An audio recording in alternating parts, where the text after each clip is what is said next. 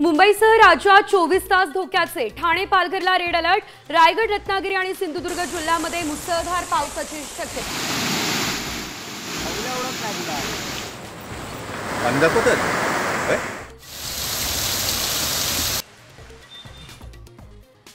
रायगडमध्ये आंबा आणि कुंडलिका नद्या धोक्याच्या पातळीवर।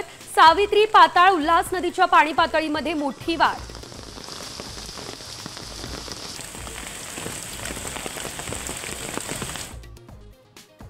मान्सूनपूर्व पावसामुळे पालेभाज्यांचं नुकसान, आवक घटल्यानं दरात वाढ, सामान्यांना बसला मोठा फटका।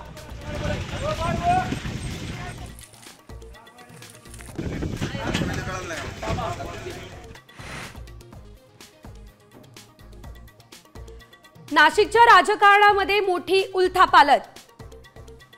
स्थानिक नेत्यांचा विरोध डावलत सुधाकर बडगुजर यांचा आज भाजपमध्ये होणार प्रवेश।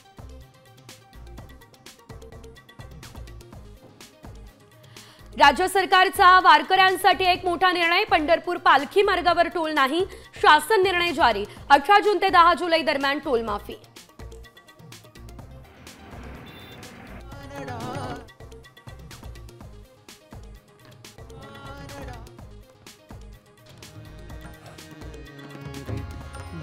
तुकोबारायांच्या पालखीचं उद्या प्रस्थान। देहूनगरी भाविकांच्या स्वागतासाठी सज्ज।